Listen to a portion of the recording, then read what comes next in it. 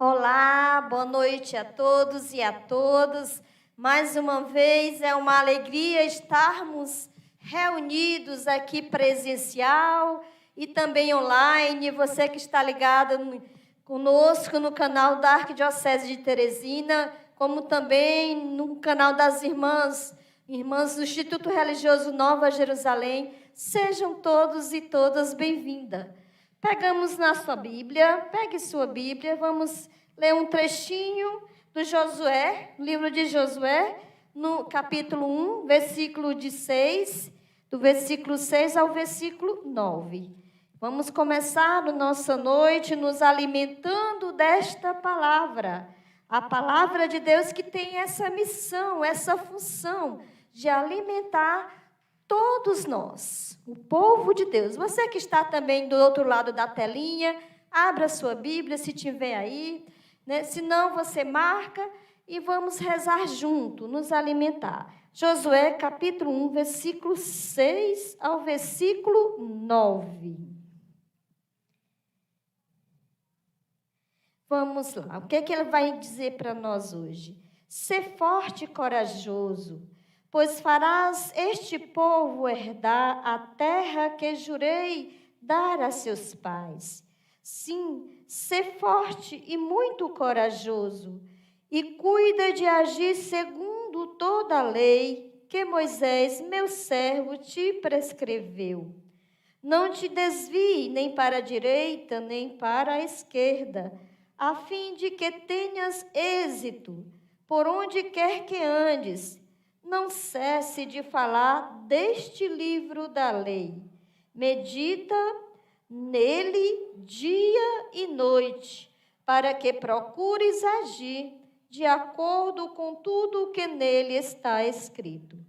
Assim farás prosperar teus caminhos e serás bem-sucedido. Não te ordenei que sejas forte e corajoso? Não tenhas medo, não te acovardes, pois o Senhor teu Deus estará contigo por onde quer que vás. Palavra do Senhor. Não tenhas medo. Então, a palavra de ordem para nós hoje é ser firme, ser forte, não ter medo, né? Ser corajoso. E estar firme nesse caminho que o Senhor quer que sigamos, que caminhemos com Ele. Meditemos um instante, porque a palavra também tem essa missão de alimentar-nos através da oração, através da escuta, através da leitura, da reflexão e da partilha. E é isso que nós estamos aqui pretendendo fazer nesta segunda noite da 9ª Semana Bíblica Arquidiocesana de Teresina. Rezar, refletir, né, partilhar, nos alimentar desta palavra. Olhe para ela, veja a palavra e experimente essa certeza que o Senhor está oferecendo nesta noite para todos nós, povo de Deus.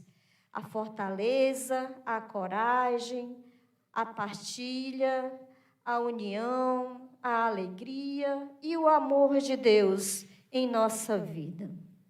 Medite um instante nestas palavras que nós necessitamos, cada instante, ser alimentados e alimentadas por ela.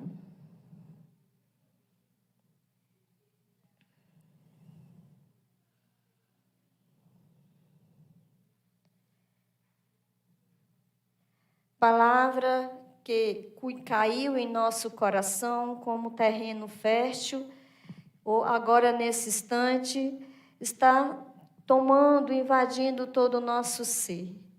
E respondendo essa palavra, em resposta a ela, dizemos assim: Senhor, escutai a nossa prece. Para que eu não me desvie, não me afaste da palavra que é alimento para a minha vida, rezemos ao Senhor. Senhor, escutai a minha prece, para que minha família, cada instante, seja firme, seja corajosa em ler, meditar e refletir a palavra e testemunhá-la aonde formos, rezemos ao Senhor. Para que toda a igreja do povo de Deus, para que os grupos, comunidades, diaconias, pastorais, tenham a palavra como um alimento diário em suas vidas, rezemos ao Senhor. Confiantes de que o Senhor escuta a sua prece, a minha prece, possamos continuar esta noite oferecendo, finalizando esse momento orante, rezando uma Ave Maria. Ave Maria, cheia de graças, o Senhor é convosco, bendita sois vós entre as mulheres, bendito é o fruto do vosso ventre, Jesus. Santa Maria, Mãe de Deus, rogai por nós, pecadores, agora e na hora da nossa morte. Amém. Então, mais uma vez, meus irmãos e minhas irmãs, estamos aqui para dar continuidade a esta noite de reflexão, de partilha, de alimentarmos da palavra de Deus através do livro de Josué, que nesta semana estamos refletindo juntamente em união com toda a igreja do Brasil, com a CNBB. Estudamos o livro de Josué com o objetivo de também ser esse povo fiel, esse povo que busca Deus, que não se afasta de Deus, que não se distancia de Deus e que quer sempre ser firme e corajoso diante de Deus. E esse livro tem como essa meta, porque Deus diz claramente em todo o livro essa graça de estar com o povo, de ser fiel, de cuidar do povo e de alimentar o povo. E o povo responde, no final do livro, que também não vai se desviar da palavra, de estar junto com Deus.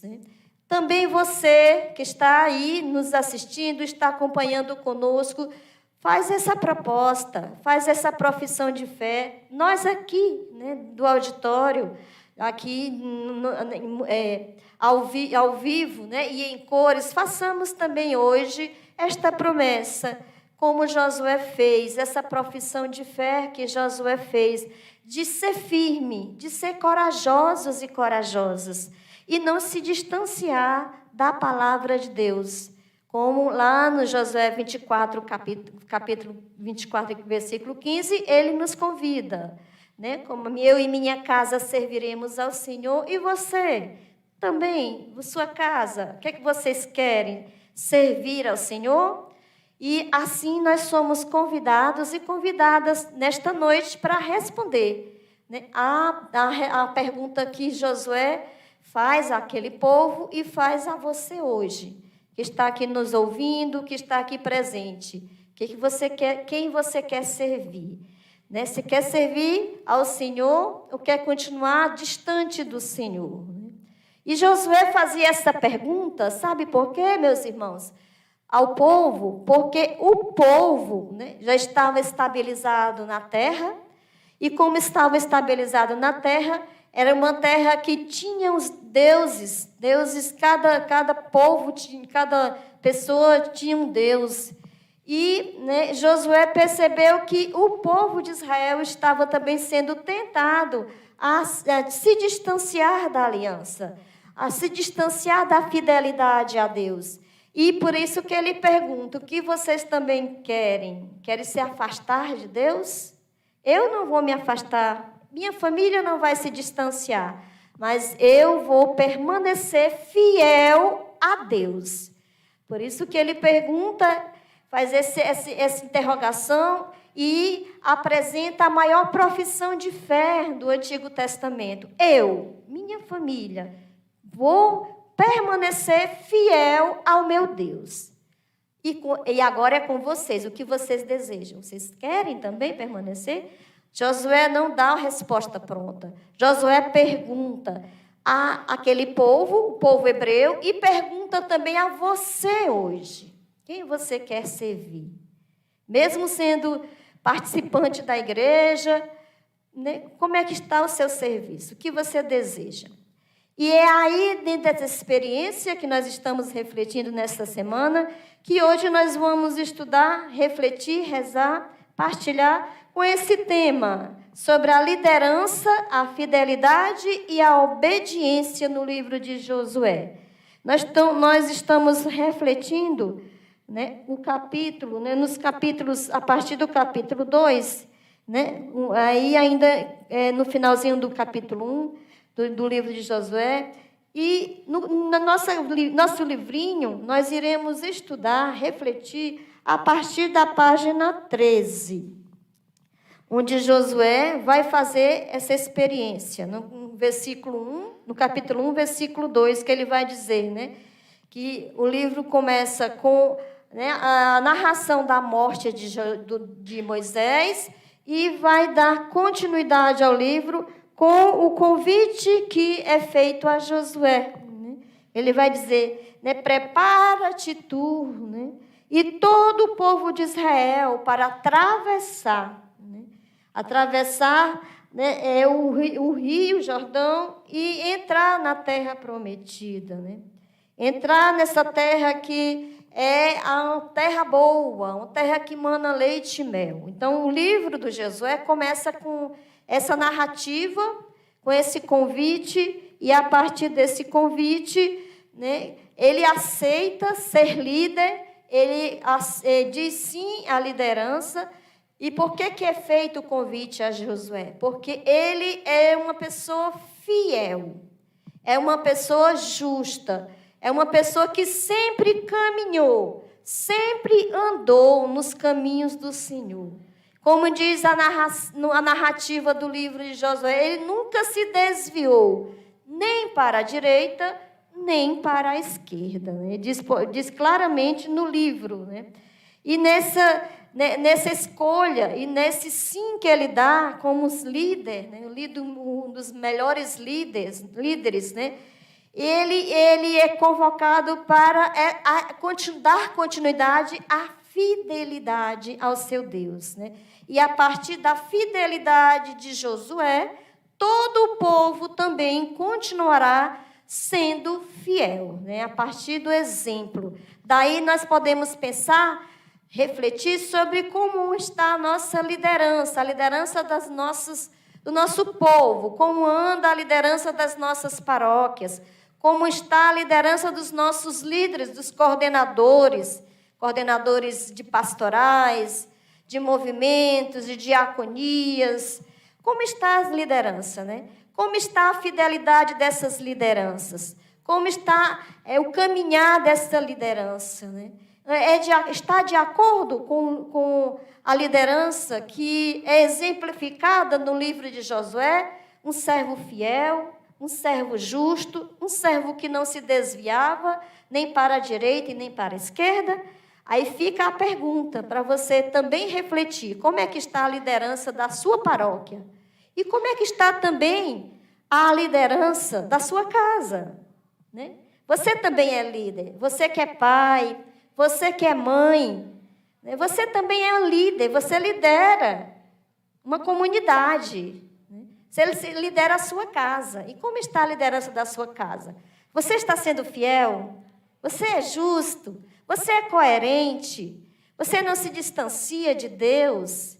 Você não se afasta? Você agrega? Você reúne, né, os seus para rezar, para ler a Bíblia, para se aprofundar com essa presença de Deus? Fica também essa pergunta, tanto para nós aqui presencial, como para você que está do outro lado da telinha, nos ouvindo, nos assistindo.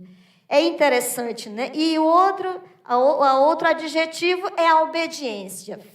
Fidelidade, liderança, fidelidade e obediência.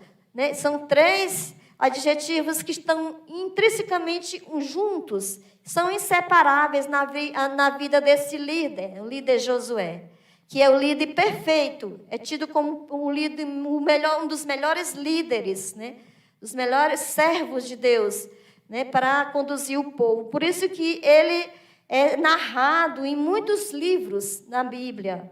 Em muitos livros ele é citado, né? Um líder fiel, um líder justo, um líder que caminhou na presença de Deus, porque ele foi líder, foi fiel e foi obediente. Quer dizer, exemplo de liderança. Quem quer, né, viver essa experiência de ser um bom líder, uma boa líder, observe a vida desse líder, Josué, né? Dessa pessoa que foi chamada de, né, fiel, justo e obediente.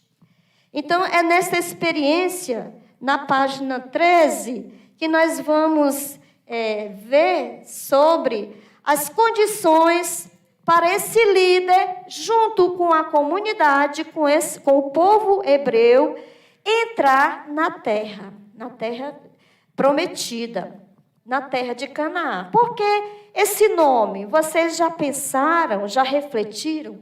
Porque é dado o nome terra prometida, ou seja, terra de Canaã, uma terra boa, terra que mana leite e mel. Por que esse nome, terra prometida? Sabe por quê, meus irmãos? Porque era uma terra muito cobiçada, era uma terra que todos queriam, e todos tinham esse pensamento. Ela é prometida para mim, e muitos conquistaram essa terra. Houve muitas conquistas. E dentro dessas conquistas, todos queriam essa terra, inclusive, né, o povo de Deus, que não tinha terra, não tinha um teto, não tinha lugar para morar. E como era uma terra boa, porque era uma terra que produzia muito e dava bons frutos, então Deus escolhe, né, essa terra também promete para o povo, para seu povo, porque Deus dá o melhor, né? Deus dá o melhor para nós, para você, né? Deus quer o melhor, porque Ele é um Deus bom, porque Ele é um Deus de amor, é um Deus que cuida, é um Deus que não se distancia de nós, é um Deus presente no nosso meio desde o início da história do povo de Israel. Veja aí na página 13 as condições desse líder e desse povo, né, que foi chamado e convidado para entrar na terra. Diz assim: o livro de Josué tem como objetivo mostrar como foi a conquista dessa terra prometida e também a sua partilha entre as tribos hebreias, lá no início da página 13. Aí ele vai seguir quatro pontos, né, 4 condições para eles poderem entrar na terra prometida. A primeira condição é a condição possível, que ele vai dizer no livrinho aí, é ser fiel, né? É a fidelidade a quem? Ao Senhor, né? A fidelidade do Senhor à aliança. O povo, sendo fiel à aliança, eles estão no caminho certo, porque, né, a aliança é o primeiro objetivo que Deus apresenta para o povo. Se vocês caminharem, sendo meu povo, não distanciarem dos meus caminhos, dos meus preceitos, vocês terão, né, o melhor na vida de vocês, né? Então, a primeira condição, né, é a fidelidade. A segunda condição é o cumprimento da promessa, né, por parte de Deus aos descendentes de Abraão. Então, Deus promete a terra, promete o melhor para o povo, e Ele cumpre essa promessa, né? Ao cumprir a promessa, Ele é fiel. O primeiro exemplo de fidelidade vem da parte de Deus. Deus é fiel e também pede para que o povo seja fiel. Isso é justo, né? É justo. Vocês querem ser meu povo, pois eu serei o vosso Deus. Então, isso se chama aliança. E isso era comum, como nós já vimos na noite anterior, ontem, era comum entre os povos, fazer aliança com os deuses. E essa aliança tinha que ser cumprida, né, por parte de todos. Só que teve um porém entre o povo de Israel. Deus cumpriu e o povo não cumpriu. Só cumpriram até um certo tempo, né, um certo momento. Quando chegaram, caminharam um bom tempo, chegaram lá no livro dos Juízes, que vai apresentar, eles se afastaram de Deus, se distanciaram de Deus, procuraram outros meios para viver distantes de Deus. E a outra questão também é a questão das vitórias, né? As vitórias que quando você promete, né, você cumpre, e tudo vem em consequência desse cumprimento desta aliança, né? Se eu prometo algo a alguém, eu prometo, eu devo cumprir. Vamos dizer que eu sou muito rica, eu tenho um campo e alguém não tem nada onde morar. Eu ofereço aquele campo. Você vai morar nesse campo, nessa fazenda, e você vai produzir. Mas tem uma condição.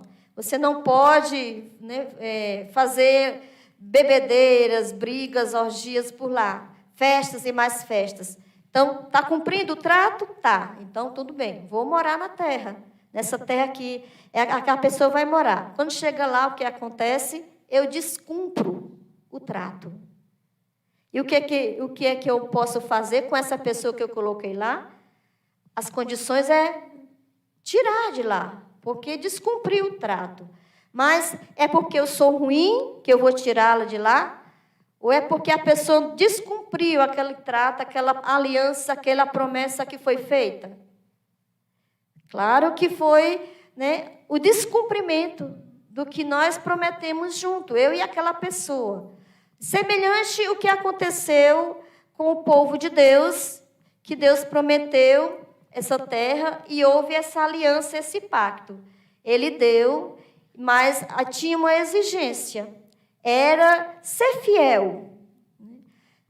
Servir unicamente a Deus. Ou seja, não praticar idolatria. Não se distanciar de Deus.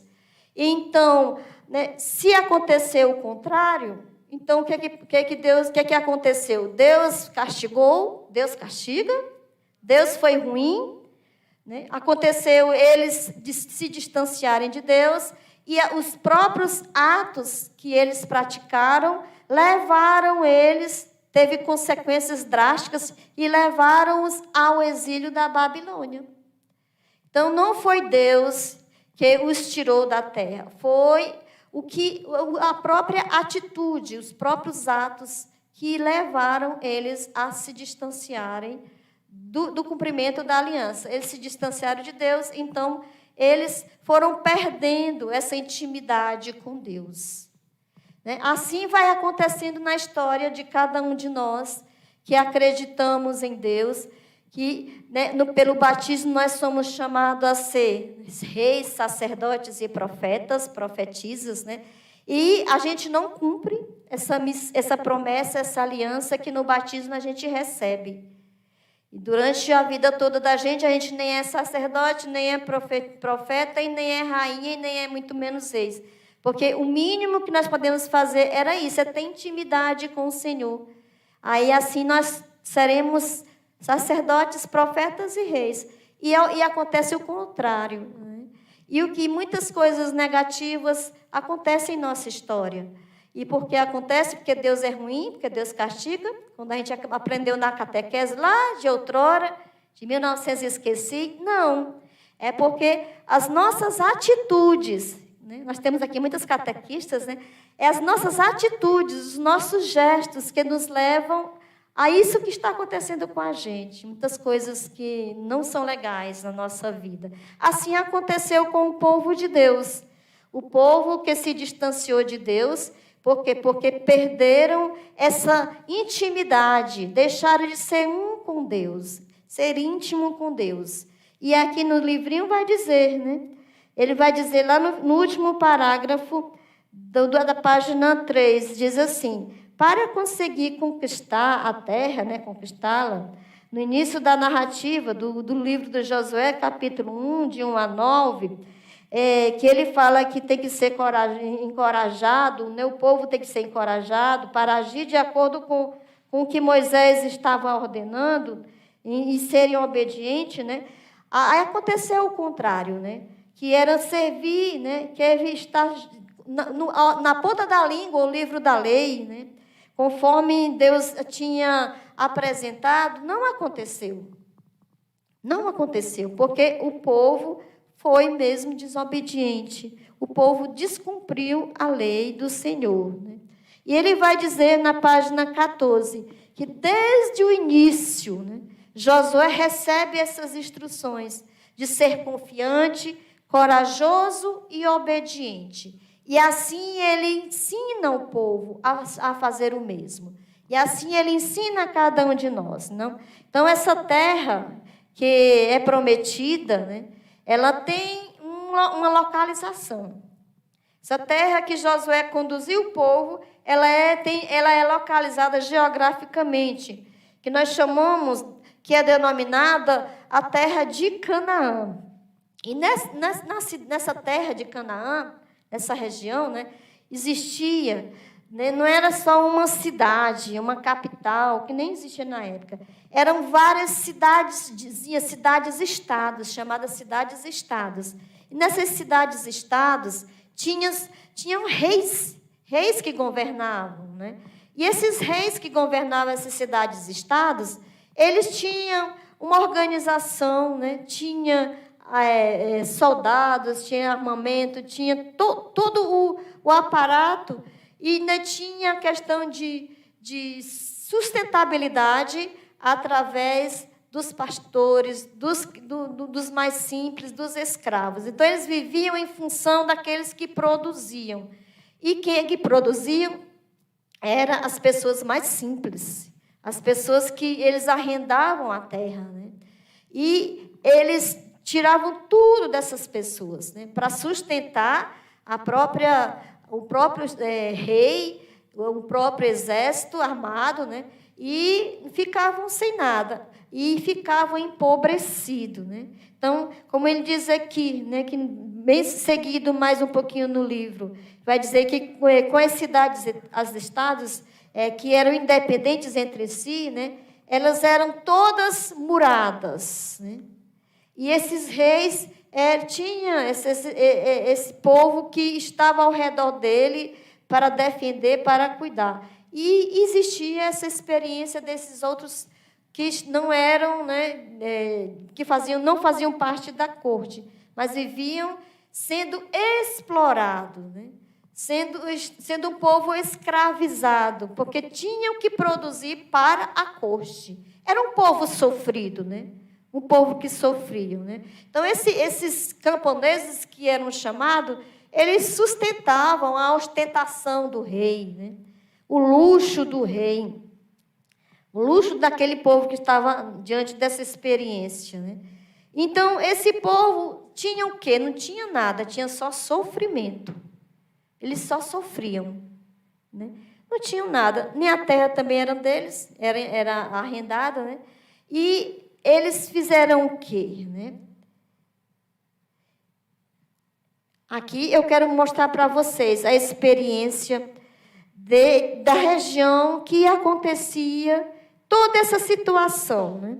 A região que o povo morava, né? Essas cidadezinhas, estados, e também o povo foi chamado, o povo de Deus, a morar até essa terra. Desse lado de cá, né? Esse lado que você está vendo, era o deserto, né? Um deserto que não podia se morar, era inabitável, né?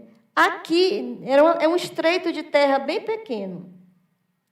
Desse lado de cá, né, era o mar Mediterrâneo.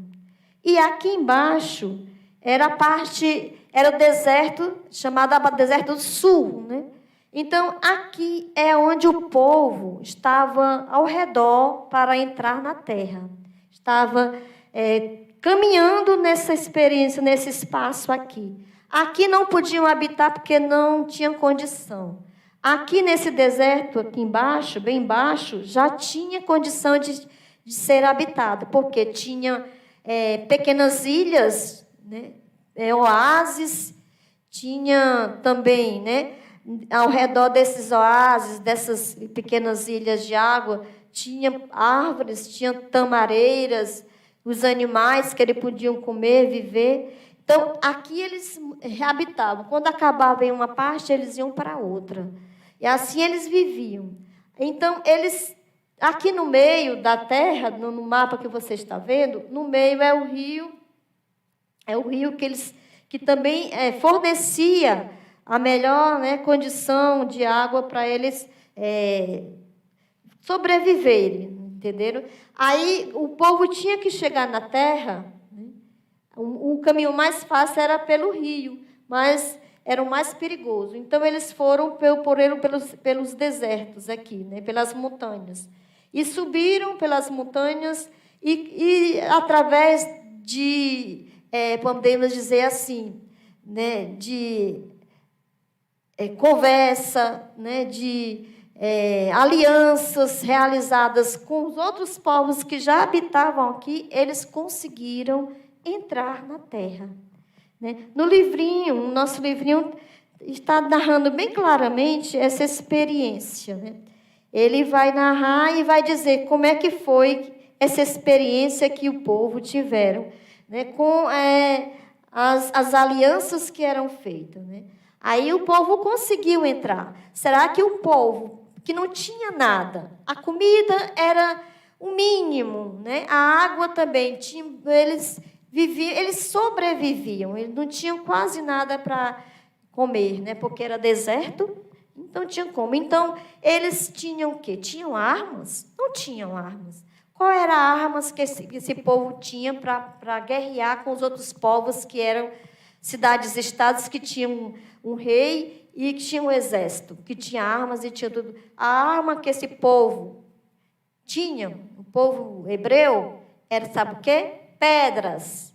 Pedras, cajados, paus. Então, eles lutavam com o quê? Com o mínimo. Não tinham nada para lutar. Então, o que eles podiam fazer para conseguir entrar na terra? Alianças. O único meio que ajudou, que contribuiu, que favoreceu para eles entrarem na terra foi através de alianças. Mas, irmã Rita, né, no livro de Josué, fala que eles guerrearam, né, e conseguiram ganhar, e conseguiram entrar através, né, da guerra. Isso são meios, formas que o autor, o deuteronomista, ele encontrou para narrar como é que Deus é poderoso, como Deus é capaz de vencer. Né? Deus tudo pode naquele que acredita, que tem fé. Né? É uma forma de contar, né? É uma epopeia, é uma narrativa de maneira mais exagerada, não é quem está mentindo, de contar que o povo, através da fé em Deus, conseguiu, porque não foram o povo que conseguiram, foi Deus que conseguiu, porque o povo não tinha nada, fracos, né? Não tinha arma, não tinha nada. Então, foi Deus que conseguiu com eles. Para dizer assim, que Deus é forte, Deus é poderoso, Deus é capaz de tudo, Deus tudo pode. Né? Deus tudo pode, naquele que acredita. É a maneira que o autor encontrou para dizer que Deus é forte, que Deus tem condição se nós acreditamos. A mesma coisa acontece também com a gente não vai muito longe, né? Quando a gente não consegue vencer uma dificuldade, por exemplo, um filho envolvido com drogas, né? Ou um esposo, né, que está à beira de uma separação, e, de repente, a coisa acontece de contrário. Você reza, reza, reza e não consegue nada. E de repente, você fica surpresa, a pessoa muda, a pessoa se transforma, né? E você, bom, não fui eu, só pode ter sido Deus. Essa façanha foi Deus. Muitos de nós acontece isso, né? Talvez todos nós, né? Porque, né, tem coisa que a gente não dá conta, a gente não consegue. É só a mão de Deus que é capaz de transformar coisas que a gente acha grandiosa, que a gente não consegue. Isso acontece não só no livro de Josué, acontece também com todos nós. Não sei se vocês confirmam essa realidade, que Deus tudo pode em nossa vida. Então, a respeito de Josué, né, sobre as condições para entrar nessa terra de Canaã. Quais são as condições, né? A primeira condição é que ele seja confiante, que ele confie, que ele seja corajoso e que ele seja obediente. Está lá no capítulo 1, no versículo 5 a 7. Vamos ver aí na nossa Bíblia. O que está dizendo nesse capítulo sobre essa experiência que não só Josué, mas também cada um de nós. Versículo 5 até o versículo 7. Diz o seguinte, né? Ninguém te poderá resistir enquanto viveres. Assim como estive com Moisés, estarei contigo. Não te deixarei, nem te abandonarei. Aqui a gente já podia parar, né? Que aqui Deus disse tudo. Deus professou a fidelidade. Né? Não te deixarei, nem te abandonarei. Né? Ser forte e corajoso, pois farás este povo herdar a terra que jurei dar a seus pais. Sim, como eu já falei na nossa oração, ser forte e muito corajoso, e cuida de agir segundo toda a lei que Moisés, meu servo, te prescreveu. Não te desvie nem para a direita, nem para a esquerda, a fim de que tenha êxito por onde quer que andes.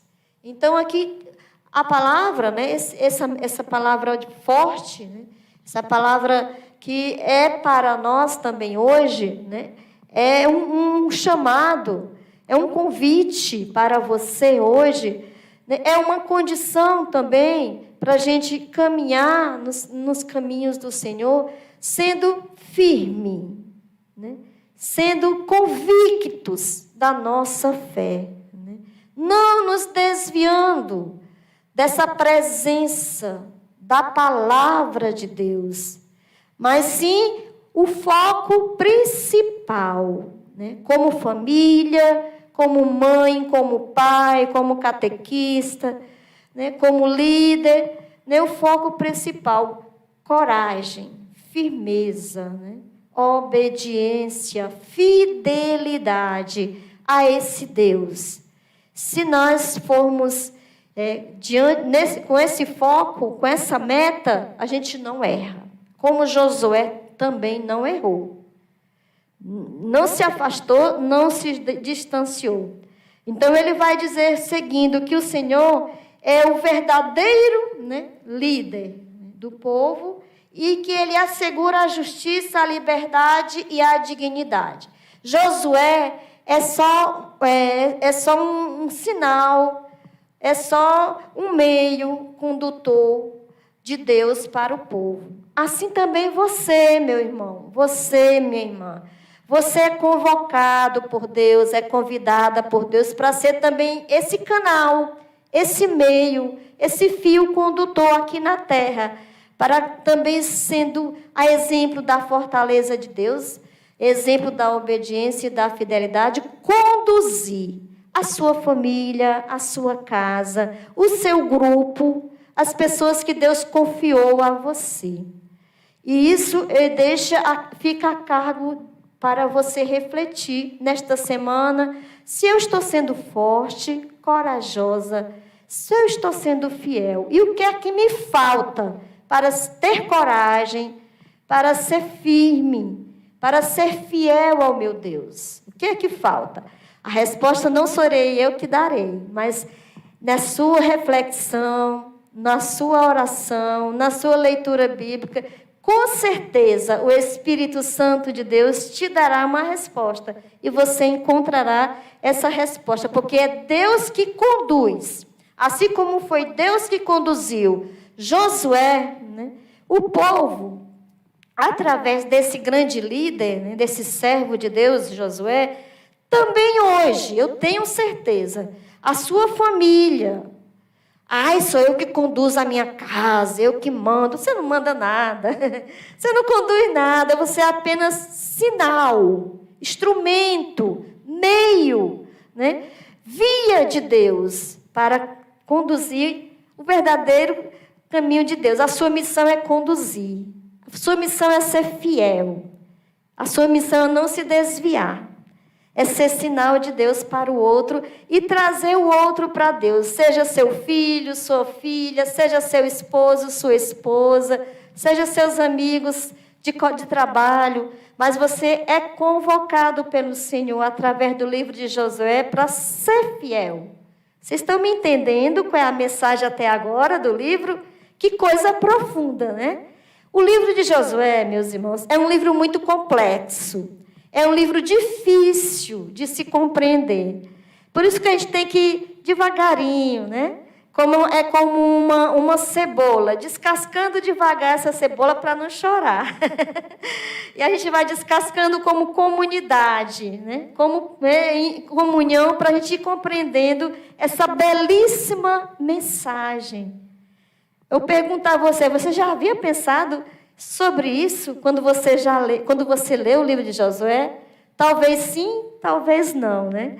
Porque lá nas entrelinhas é que a gente vai encontrar esse tesouro, o que é que Deus está querendo através da mensagem desse livro de Josué. Que coisa bela, né? Que coisa linda, que coisa profunda. Aí você vem dizer, irmã Rita, nossa, nunca tinha percebido, né? Que Deus, né, é um Deus tão bom, mas é Deus que conduz e que eu, né, como Josué, sou apenas um meio, um canal, um fio condutor, né, um instrumento nas suas mãos para conduzir. Né? Por quê? Porque esse povo não é seu, essa terra não é sua, como também a terra que Deus deu não era do povo, era de Deus. Apenas o povo estava se responsabilizando para cuidar da terra. A terra era de Deus, mas se eles negligenciassem, ou seja, se eles cometessem o maior pecado que no Antigo Testamento, Deus, os autores bíblicos não concordam, não aceitam, que é o pecado da idolatria, eles teriam as consequências drásticas, né? Ou seja, o pecado leva o distanciamento, o afastamento da aliança, da vontade de Deus. E quando se afasta de Deus, você já sabe qual é a resposta. Tudo não é legal, tudo não vem bem, tudo tem consequências que não é boa, nem para você, nem para ninguém que está ao seu lado. Não é isso? Vocês concordam comigo? Plenamente, não é? Então, nesse sentido, né, que o Senhor é o verdadeiro dono, é o verdadeiro líder da terra, e que Ele, através desse confiar ao povo para a liderança dessa terra, né, Ele ensina o povo a ser justo, a ser livre e a ter dignidade. Que o povo não tinha nada disso. O povo não tinha dignidade, o povo não tinha liberdade. E a partir, né, dessa experiência que Josué teve e que conduziu o povo era livre, né? Se sentia livre. Então, porque eles estavam caminhando com essa experiência de ser um único povo para Deus e Deus ser o seu único Deus e não ter outro Deus, além de Deus. Mas se eles praticassem a idolatria, que era comum naquela época, né, eles teriam as consequências, muitas consequências que não eram boas. Então, as condições para entrar na terra e possuir são as mesmas para permanecer na terra. As condições eram ser fiel, né? É ser justo, é não praticar a idolatria. Então, as condições eram essas para entrar. e para permanecer também eram as mesmas. É tanto que, quando eles permaneceram na terra, eles não seguiram essas condições. E as consequências foi o exílio, como eu falei há pouco tempo, né? O exílio da Babilônia. Que é a idolatria, né? Como eu disse, que eles praticaram. Que justamente é a negação da justiça, é a negação do ser digno, da dignidade, e a negação da liberdade, né? Então, se você se distancia de Deus praticando, adorando outros deuses, você perde toda essa experiência, toda essa graça, que é dada de graça para você.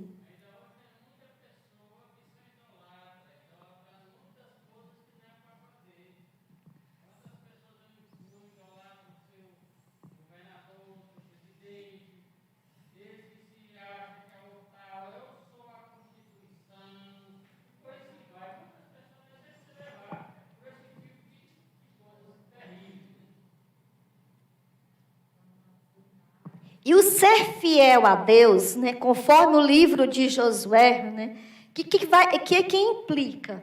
Implica uma única escolha entre o sistema de governo, né, que era o sistema tribal, entre tribos, ou a monarquia. Né?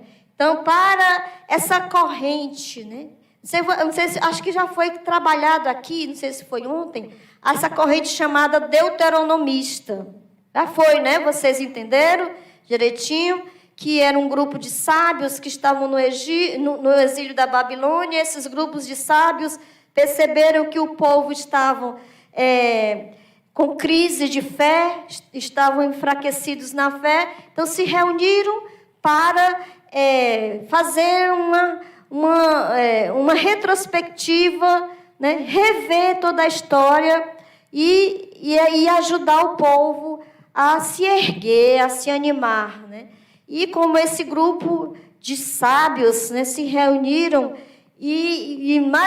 após no exílio, que foi, né, passou por esse período do deuteronomista de composição desse bloco, que entra o livro de Josué, eles não sabiam como nomear esse grupo de estudiosos, de sábios, que lá no exílio da Babilônia reorganizaram toda essa obra maravilhosa que se chama deuteronomista. Então, eles disseram, bom, a gente não sabe o nome, como dar o nome a esses sábios? Então, como a linha de pensamento deles perpassava, né, o livro de Josué, né, de Juízes, de Reis, Deuteronômio. Então, a linha era a mesma, a linha de pensamento era a mesma que perpassava. Então, vamos dar o nome de deuteronomistas. Então, faz sentido, né? Então, esse grupo, né, tinha como foco, como linha principal, a fidelidade, né, que atraía o quê? A bênção. Se você é fiel, a bênção, né, automaticamente, pela fidelidade, cai sobre a sua família, sobre a sua casa. Né? E a infidelidade vai atrair o contrário, o inverso, o que não é bom, o que não é positivo, o que Deus não quer, o ser infiel. Né? O ser infiel acarreta muitas consequências negativas. Vamos dar exemplo aqui. Eu, irmã Rita, né? Há 24 anos eu me consagrei a Jesus numa vida religiosa. E nessa consagração, nos votos que a gente faz, a gente promete. Prometo ser fiel, né? Fiel aos meus estatutos, à minha congregação, ao meu superior, né? sobre a guarda, sobre a proteção da Virgem Maria. Olha que legal, né? A gente conta com a guarda e a proteção dela. Mas a gente promete ser fiel, né? Fiel aos meus votos, votos de pobreza, obediência, castidade, o estudo da palavra, o estudo da Bíblia, que é o nosso quarto voto. E se eu, irmã Rita, nesses 24 anos, prometi ser fiel à minha congregação, e eu, durante esses anos todos, eu negligencio a minha consagração, né? O que acontece? O contrário, né? Eu sou uma pessoa infeliz. Eu não vivo bem, porque eu não estou vivendo conforme né? Meus votos que eu fiz. Eu prometo, na minha promessa de consagrada, ser fiel, né? Em não acumular bens. Porque não é do ser religioso, acumular bens. De oferecer o que eu tenho para todos os irmãos, as irmãs que estão necessitando. E se eu acumulo, eu estou infiel. E eu sendo infiel, vai ter consequências negativas, drásticas, não só para mim. Quando no livro de Josué, aconteceu um episódio semelhante. Eles foram para a guerra, acho que é lá no capítulo 7, mais ou menos, que é o pecado de Acã. Eles foram para uma guerra muito bem preparada, lá em Ai, né? Eles se organizaram em Ai, prepararam para ir para essa guerra, e lá eles pegaram tudo que era ouro, prata, túnicas, coisas riquíssimas, e esconderam para si, o Acã, chamado Acã. E eu não estou lembrada de qual é o versículo, né? Deixa eu ver. Então, 7:24, né? Vamos ver aqui só rapidinho. Que interessante. Ele vai dizer o seguinte: Josué tomou Acã, filho de Zaré, como a prata, olha aí, a prata, a capa e as barras de ouro, bem como seus filhos e filhas, bois, jumentos, ovelhas, sua tenda e tudo o que lhe pertencia. Aí mais na frente ele vai dizer,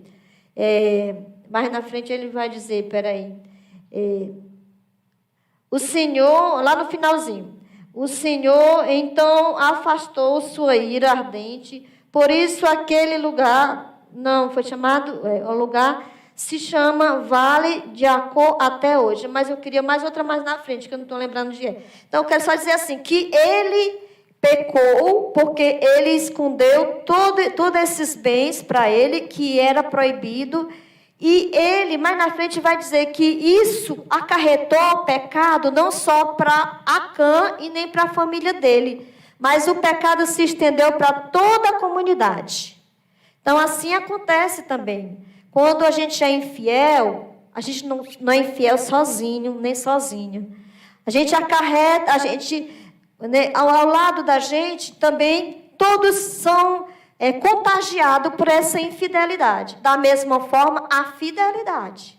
Se você é fiel, todos vão se beneficiar dessa fidelidade, que vem, né, pela fidelidade, a paz, a alegria, a concórdia, o amor, o perdão.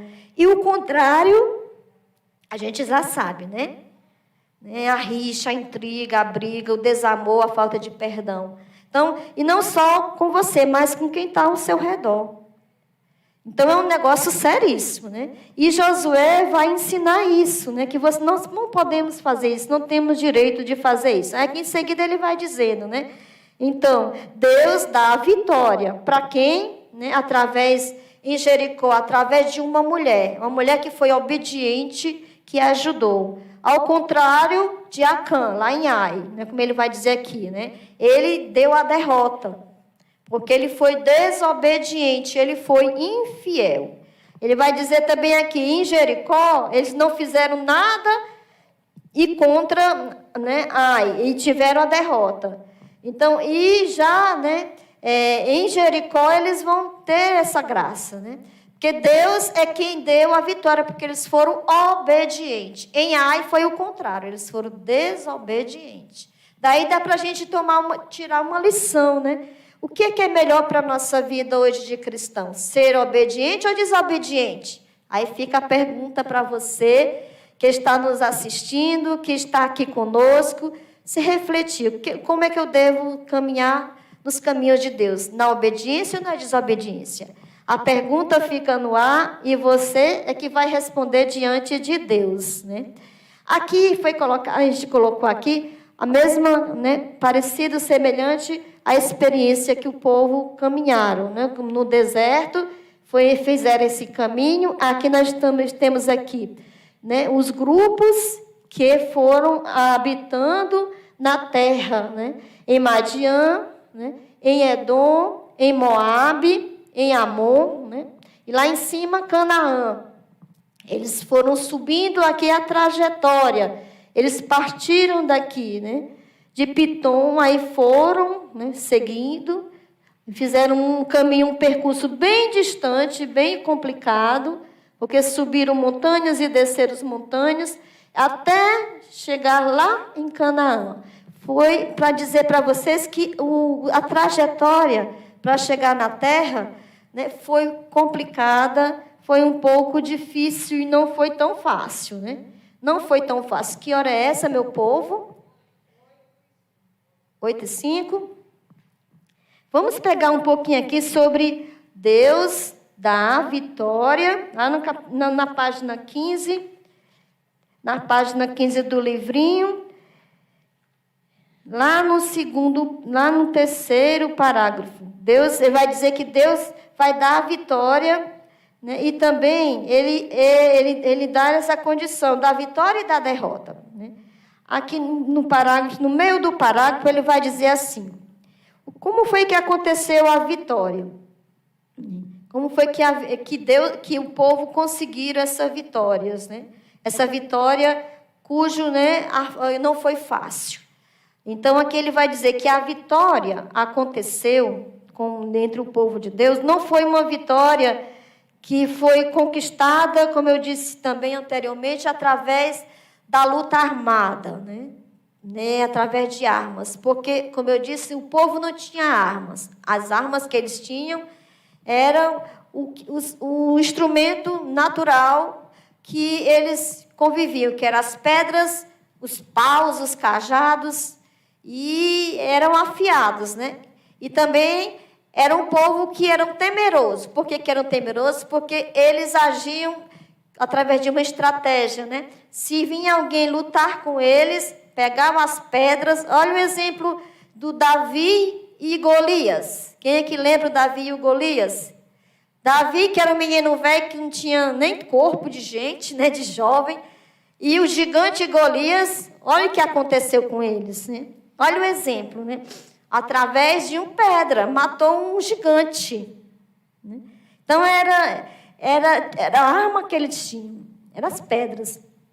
Como eles habitavam nas colinas, nas montanhas, e era mais fácil, né? O povo vinha de baixo, quando subiu, eles começavam a gritar, jogar pedra. Quem é que não tinha medo? Esse povo é forte, viu? Esse povo é temeroso, esse povo dá medo. Então, vamos correr.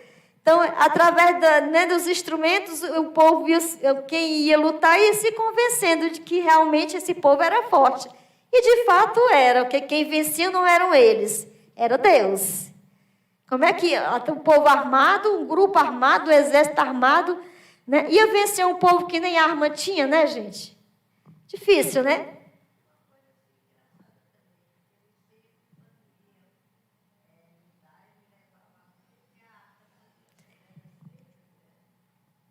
É o que nós vamos já ver já, né? Aqui, né? Ele vai aqui nessa parte aqui da página 15. Vamos acompanhar comigo aqui do livrinho. Ele vai dizer assim: a vitória aconteceu depois que os sacerdotes marcharam ao redor da cidade durante 7 dias.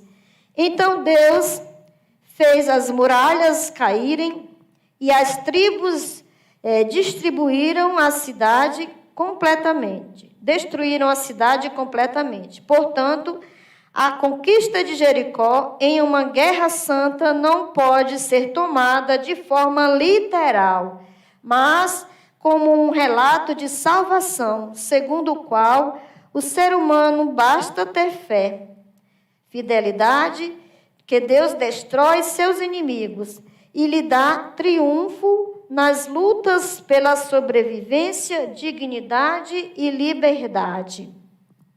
Deixa eu dizer para vocês uma coisa, né? Falar sobre essas guerras santas. Guerra santa, Deus, né? Por que chamado guerra santa?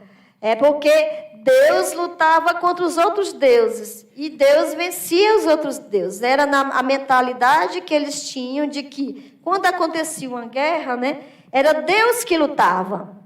E era Deus que vencia ou Deus perdia a vitória, né? Aí isso que é chamada. Mas a gente não pode, aqui no livro de Josué, como ele está dizendo aqui claramente, Nós não podemos entender o livro, né, a nossa Bíblia, o livro de Josué, de forma ao pé da letra, ou seja, fazendo uma leitura fundamentalista. A leitura fundamentalista é a única leitura que a Igreja Católica não admite entre nós cristãos. Vocês sabiam disso? Porque a leitura fundamentalista da Bíblia, ela te leva caminhos que pode destruir a sua fé e a fé dos outros. Vocês sabiam disso? Deus matou não sei quantos ao fio da espada. Josué matou não sei quantos ao fio da espada. Deus matou. Que Deus é esse, gente? Que mata as pessoas. E esse Deus não é o Deus da vida? E por que ele está matando gente desse jeito? Será que ele mata uns e os outros, né? Como é que fica? Esses que foram mortos, será que também não são filhos de Deus? É a pergunta para você refletir. Será que quem morreu, né, não merecia também viver? Não é uma questão? Então, é para dizer, gente, que esse povo, quando ele fala que Deus que foi morto muita gente ao fio da espada, Josué, Deus deu essa ordem para Josué fazer isso, é para dizer que a fidelidade, né, naquele que acredita, que caminha com Deus, vence todo tipo de guerra. Vocês sabiam disso, né? Todo tipo de guerra, quando a gente é fiel, quando a gente serve a Deus, a gente consegue vencer, como ele diz aqui, né? Como ele fala aqui, portanto, a conquista dessa guerra, né, a guerra santa, segundo o ser humano, basta ter fé, ser fiel.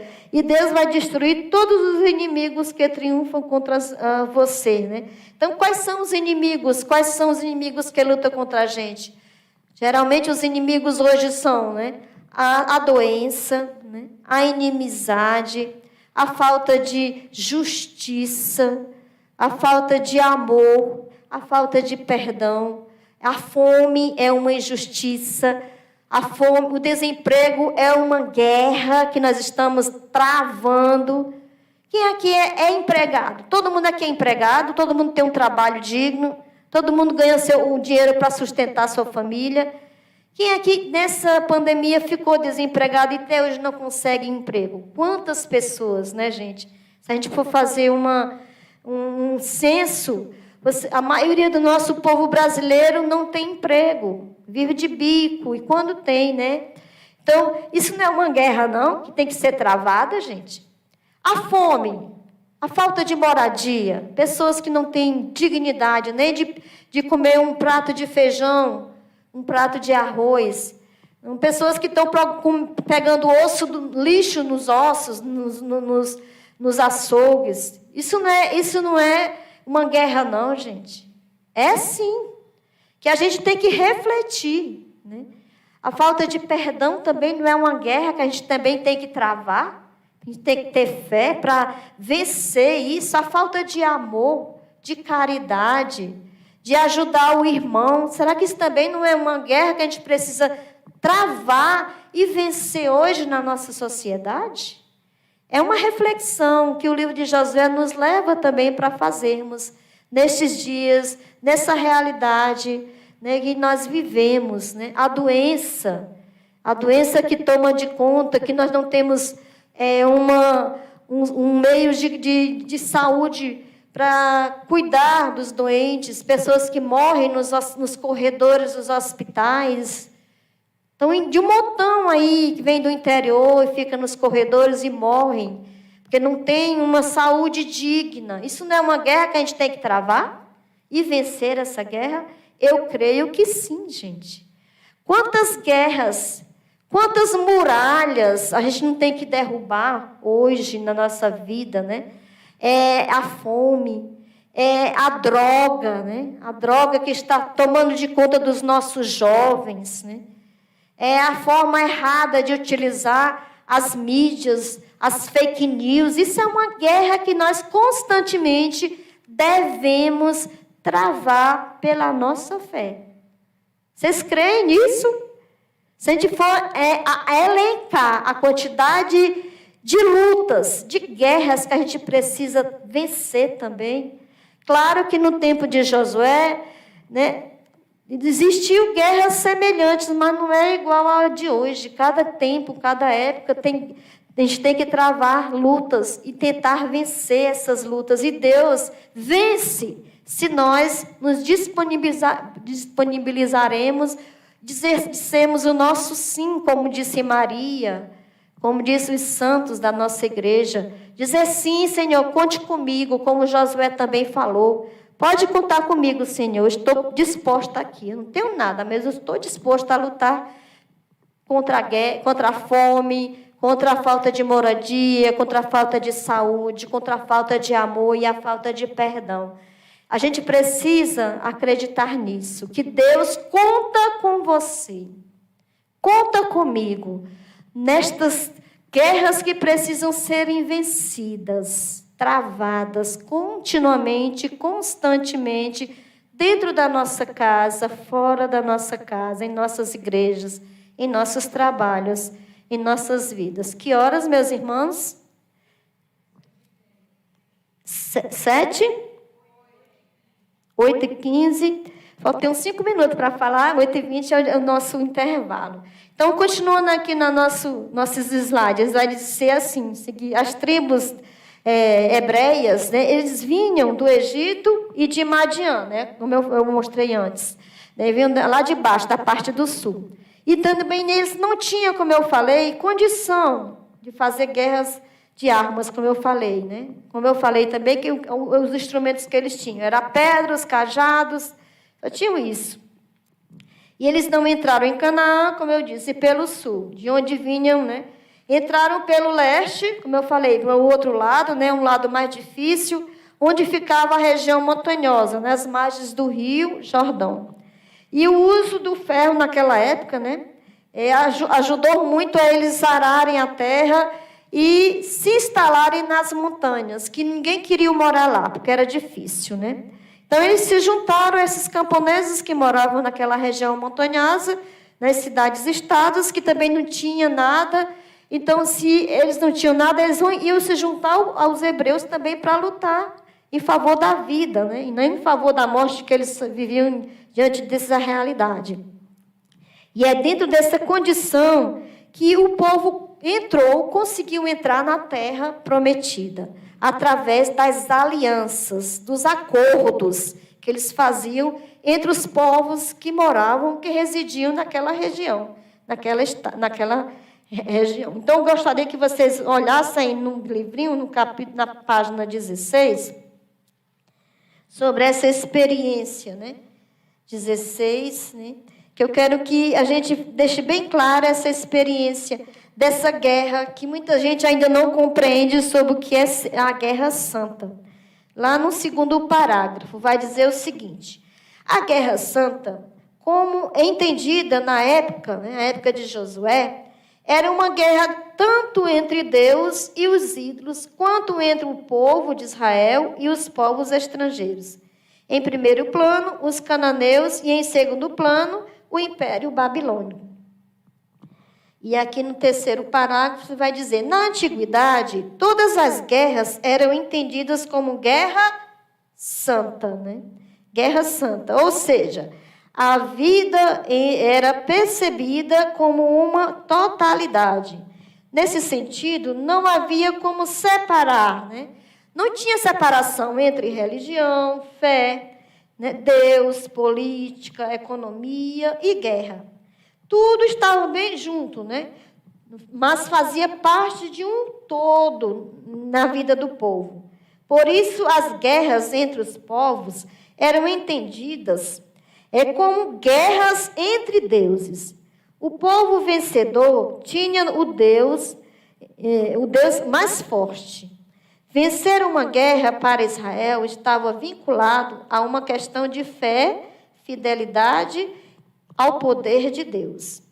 E o último parágrafo vai dizer: a matança de pessoas na guerra não significava, para os autores deuteronomistas, matar indiscriminadamente, mas era uma questão de fidelidade a Deus, que lutava junto ao seu povo para dar-lhe uma vida digna e libertação dos ídolos manipulados pelos governantes estrangeiros. Esses governantes matavam todos os dias, de várias formas, de forma lenta, violenta, né, indiscriminadamente, aqueles que eram os mais frágeis da sociedade.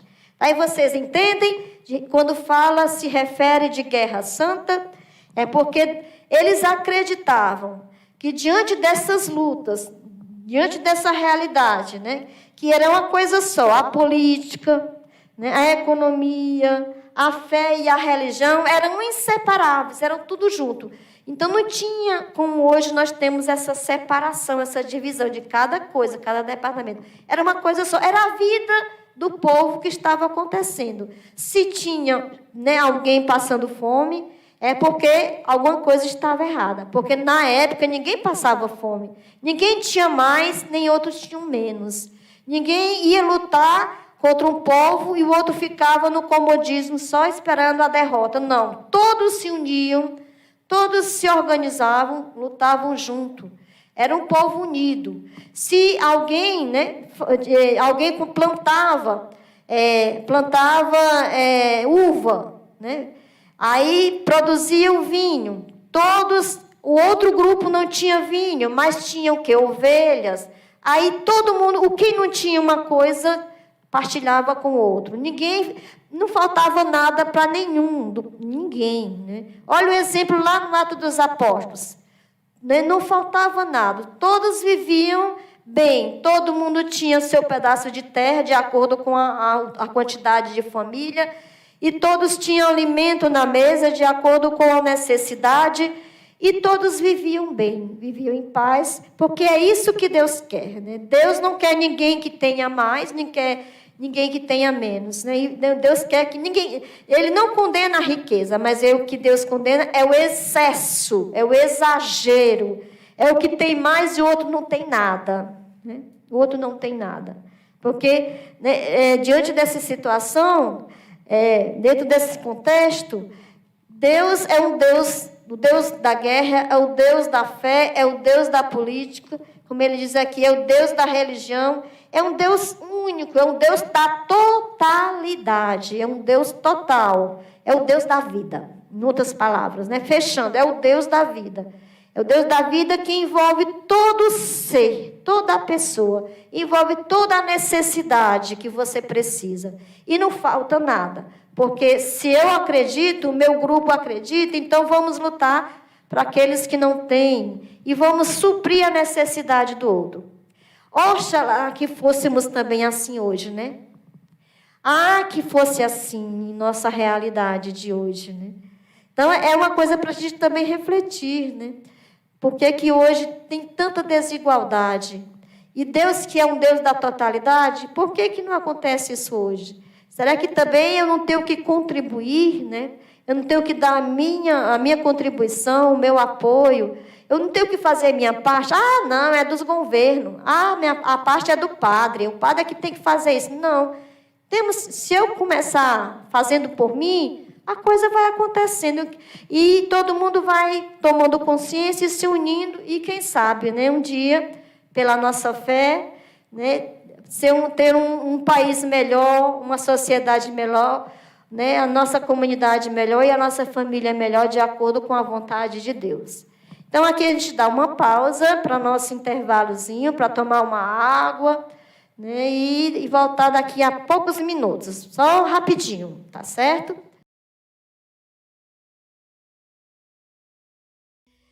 Convide aí os irmãos que estão lá fora na livraria, que foram tomar água, para voltar e para nós começarmos. E você que está online, estamos iniciando novamente o segundo tempo da nossa noite de reflexão. Reflexão que só tem como graça de nos alimentarmos da palavra, né? E de trazermos o melhor para nós e nossa família. Então, para começarmos a nossa noite, continuarmos a nossa noite, vamos pegar a nossa Bíblia, no capítulo 3 do livro de Josué, lá no versículo 10 em diante. É uma coisa bem legal sobre a questão da distribuição das tribos, como nós estamos vendo aqui, onde foi que as tribos habitaram, né? Onde foi que elas se localizaram quando elas chegaram na terra de Canaã, na terra prometida. Vamos primeiro experimentar essa graça, mas antes, quando os irmãos estão chegando, estão se assentando, vamos observar esse mapa, né? Esse mapa que a gente colocou para vocês entenderem um pouco onde foi que as tribos de Israel, os hebreus se localizaram, né? Como eu já disse, nesse lado era deserto, no outro era o mar, né? O oceano, e aqui embaixo era também deserto, que era habitável. Quem chegou agora, né? Quem entrou agora pelo YouTube, eu falei no início que o povo entraram, tomaram uma terra, habitaram nessa terra de Canaã, que era uma terra bem estreitinha, né? Era uma terra que não tinha saída. De um lado era um deserto inabitável, do outro lado era o mar Mediterrâneo.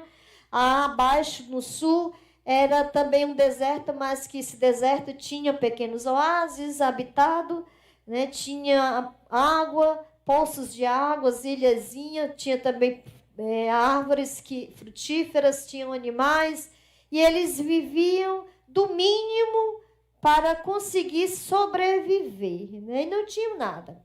E eu falei também no início que esse povo conseguiram conquistar, conseguiram chegar na terra que Deus havia prometido, no deserto, né? Que eles caminhavam através das montanhas. Seguiram por um caminho muito difícil, mas através de outros povos que já habitavam nas montanhas, e que os quenitas, né, que era um povo que trabalhava com ferro e conseguiram trabalhar nas montanhas e habitar, né? Então eles fizeram aliança com esses povos e conseguiram residir nessas montanhas que ninguém queria morar, porque era difícil, né? E eles habitaram nesses locais, né? Então eram a tribo de Rubens, os rubenitas, a Gade ali naquele azulzinho, mais em cima, né? Era a tribo de Isacar, mais acima era o Neftali, né? Aí depois vem Zabulon, lá em cima a Sé, no meio a tribo de Manassés, bem nessa área verde é a tribo de Efraim, de onde nasceu, de onde veio de Josué, né? Depois vem os benjaminitas, a tribo de Dan, de Judá, Simeão. Desse lado aqui amarelo é outros povos, os filisteus, né? E eles foram fazendo alianças, travando alianças, concordando, conversando e conseguiram habitar. Na verdade, segundo os historiadores, eles não entraram através de guerras, mas sim de alianças, através de alianças. Eles entraram na terra, conseguiram conquistar a terra através de alianças, certo? E entre esses povos, eles se juntavam com esses povos, eles ficavam junto, né, com eles, e cada um com seus deuses. E aqui no capítulo 3 do livro de Josué, a partir do versículo 10, se você que está aí do outro lado, né, você pode abrir sua Bíblia no capítulo 3, versículo 10 seguinte, e acompanhar conosco, que vai falar dessa experiência. Ele vai dizer o seguinte: e acrescentou. Não, mais ou menos, mais em cima no versículo 9. Depois Josué disse aos israelitas: aproximai-vos para ouvir a palavra do Senhor vosso Deus. Aí acrescentou: nisso sabereis que o Deus vivo está no meio de vós, e que ele expulsará diante de vós os cananeus, os heteus, os heveus, os ferezeus, os gergeseus, os amorreus e os jebuseus. A arca da aliança do Senhor de toda a terra vai atravessar o Jordão diante de vós. Preparai 12 homens das tribos de Israel, um de cada tribo. E logo que os sacerdotes que levam a arca do Senhor de toda a terra tocarem com a planta dos pés as águas do Jordão, elas se dividirão rio abaixo, e as águas continuarão a correr, mas o rio acima. Elas pararão, formando uma barragem. Então, o que eu quero, onde é que nós queremos chegar com essa passagem? Que no início da passagem bíblica, o autor bíblico vai dizer que o povo precisa compreender, né, que é Deus, como eu já falei, né? É Deus que vai falar, que está falando para eles, e é eles que irão, né? Eles que irão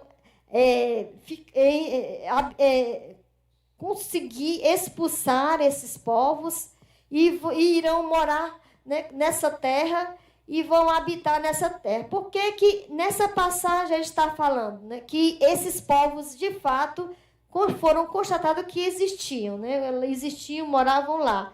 Os heveus, os gergeseus, os heteus. Então, eles moravam nessa terra.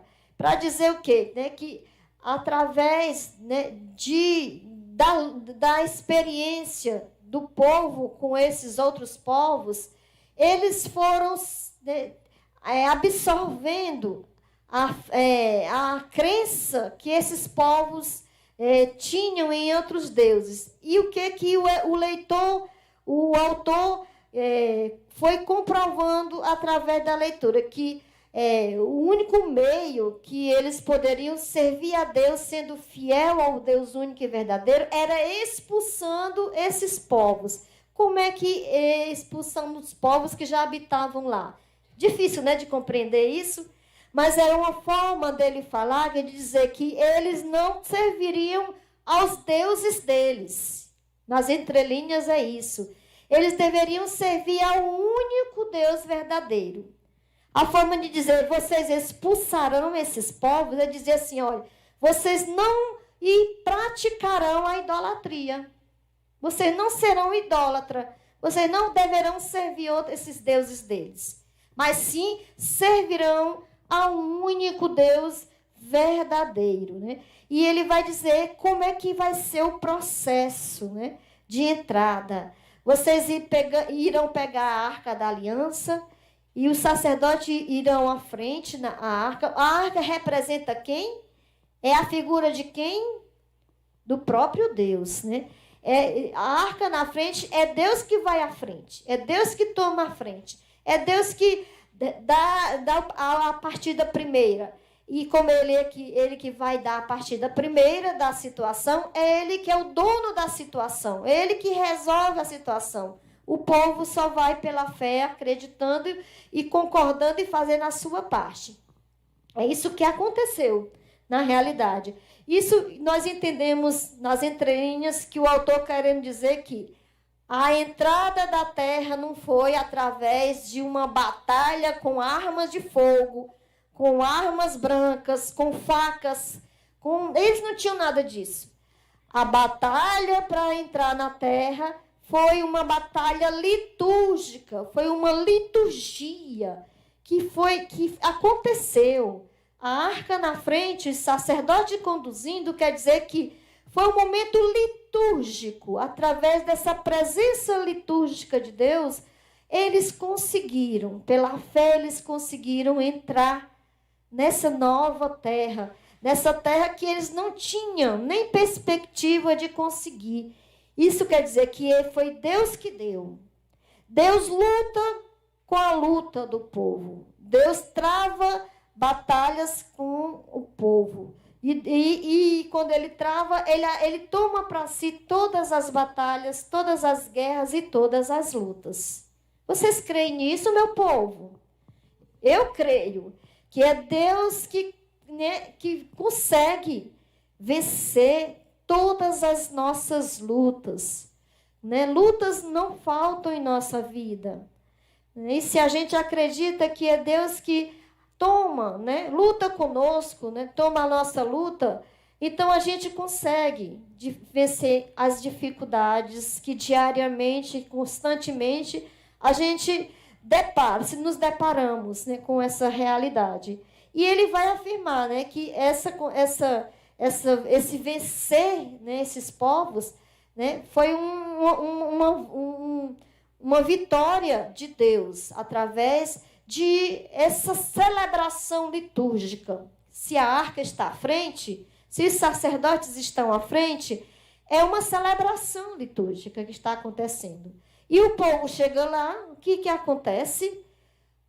Não tem mais ninguém, porque, na verdade, quando eles entraram na terra, segundo a narrativa do deuteronomista, não existia mais ninguém lá, porque há 600 anos atrás já tinha sido destruído Canaã, porque eles estavam do outro lado, E quando eles atravessaram e conquistaram, viram, nossa, só pode ter sido Deus.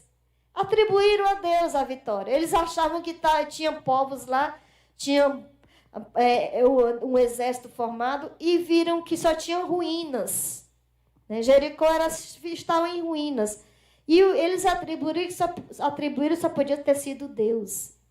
E, de fato, pela nossa fé, tem coisas que é impossível nós realizarmos. Só Deus é capaz de realizar em nossa vida, pela fé, coisas que a gente não pode. Quantas muralhas a gente acha que não consegue e, de repente, só pode ter sido Deus que fez isso na minha vida. Só pode ter sido Deus que curou essa minha irmã do câncer. Só pode ter sido Deus que curou esse meu filho da droga, que tirou meu filho da droga. Só pode ter sido Deus que resolveu esse problema que eu não conseguiria resolver. É isso, gente. As batalhas é isso que acontece, na nossa história. Os povos não saíram de lá. Então, houve essa concordância, essa comunhão, e eles fizeram essa aliança. E dentro desses povos que nós vimos aqui, os heteus, os heveus, os ferezeus, os jejezeus, os amorreus, cada um desses povos cananeus, eles adoravam, como eu falei no início, muitos deuses e deusas. Lá no seu livrinho, na página 18, tem assim até um tema, alianças com os cananeus, na página 18. Aí aqui foi apresentada as divindades cananeias. A primeira divindade cananeia que a gente vê aqui é o El, Deus El, o El, que era a principal divindade, É o Deus Todo-Poderoso, o Deus El. Ele tinha um formato de touro, E ele tinha uma esposa. A esposa dele, que era Aserá, ele era o poderoso que estava à frente de tudo, E a Aserá era a esposa dele, na qual ela que também era toda poderosa, A deusa poderosa que conduzia também junto com o El. Em seguida, existia esse outro deus chamado Baal, que a gente vê muito em nossas Bíblias, O deus Baal, que era o filho do El, o filho de El, que era o sucessor, o deus da chuva. E o Baal também tinha essa esposa, que era a Aserá, a Astarte, a Asterote, Astarte, E ela era a esposa do Baal, que ela que tinha poder de dar a vida, de gerar, de conseguir gerar a vida de uma mulher, engravidar a mulher, engravidar os animais. Ela que era responsável na concepção do povo cananeu. Quem tinha que recorrer, que se quisesse engravidar sua filha, você tinha que recorrer a Astarte. Eles acreditavam nessa deusa. E outra tem a Anate, que era irmã de Baal, que é o deus da guerra e da fecundidade, né? E também tinha esse outro deus chamado Moloque, que também é muito citado na Bíblia, que é o deus dos amonitas e é o deus que gosta de ser oferecida. A oferta que ele adora é a criança, né? As crianças, principalmente os primogênitos. Se você tinha um filho primogênito, você tinha que sacrificar, oferecer ao deus Moloque. Se não fosse ofertado, então ele não gostava, ele não se agradava, aí tinha consequências, né? Então, Moloque é o deus que gostava de receber crianças, principalmente primogênito. E depois tinha o Camis, né? Camus, né? Que era a divindade nacional dos Moabitas.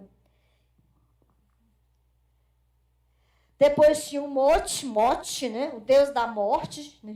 Já vê logo que é o contrário, é o contrário do El, que era o deus da vida, né? E era o principal adversário de Baal. Se existia o deus da vida, que era o El, né? Aí tinha o Baal, que era o deus da morte, que trazia a morte. Se você não servisse, né, não prestasse culto a Baal, podia o Mote tomar de conta da sua vida e tirar a sua vida. Depois tinha o Ion, deus do mar, que foi derrotado por Baal, né, que é chamado Leviatã, né, a grande serpente do mar. Como um menino já está dizendo, então como é o nome da serpente, meu Deus? Jararaca, não, esqueci o nome. A sucuri é uma cobra aí gigantesca, né? Que é a deusa do mar, né? A Leviatã é tipo anaconda, é por aí, né? Que vivia na água, no mar. Então tinha que ter muito cuidado com ela, né? Porque senão ela é perigosa. Então, diante desses deuses cananeus, a gente percebe como o povo de Israel estava encurralados, cercados dessas divindades que o povo acreditava e vivia a fé em função dessa crença. Então, um povo que chegou, né, que tinha um Deus que não tinha nenhuma representatividade, um Deus que era chamado, um Deus que não tinha um nome, não podia pronunciar um nome, não tinha um Deus que não tinha imagem. E aí acreditar num Deus que não tinha um nome, nem um nome sabia, que não tinha uma imagem, mas esses todos tinham imagem. Era um formato de cobra, era um formato de um touro, era um formato não sei de quê. Aí o que o povo queria? Só podia acreditar, né, gente? Aí os líderes, no caso de Josué, só podiam lutar em favor desse Deus único e verdadeiro, dizer, vocês têm que acreditar, porque eu e minha casa, a gente serve esse Deus único e verdadeiro. E o que é que vocês querem servir? Esses deuses de mentira? Então, vocês têm que escolher. Servir quem, né? Então, aqui no finalzinho, para encerrar, ele vai dizer que o fato de os cananeus serem sedentários e agricultores é a causa de tantas divindades, né, ligadas à fecundidade. O que acreditavam era lhes proporcionar uma boa colheita, uma tentação constante para os israelitas. Que isso aí é uma tentação, né? Você confiar que a colheita vai bem porque você acreditou nesse Deus, era uma tentação para eles. Não era não, gente? Então, diante dessa situação e dessa realidade, o que é que o povo poderia fazer, né? Era cair muitas vezes nessa idolatria, né? Como também nós, né, podemos também nos envolver com essas outras divindades que tem por aí, que o povo fica chamando a atenção, querendo ludibriar você para acreditar. Então, você é livre para dizer sim ou não. Como o povo também foram livres para dizer quem é que vocês querem servir. Ao Deus único e verdadeiro ou a esses outros deuses, esses falsos deuses? E aqui eu deixo essa pergunta para você refletir. E vamos fazer, se tiver alguma pergunta, vocês podem me fazer.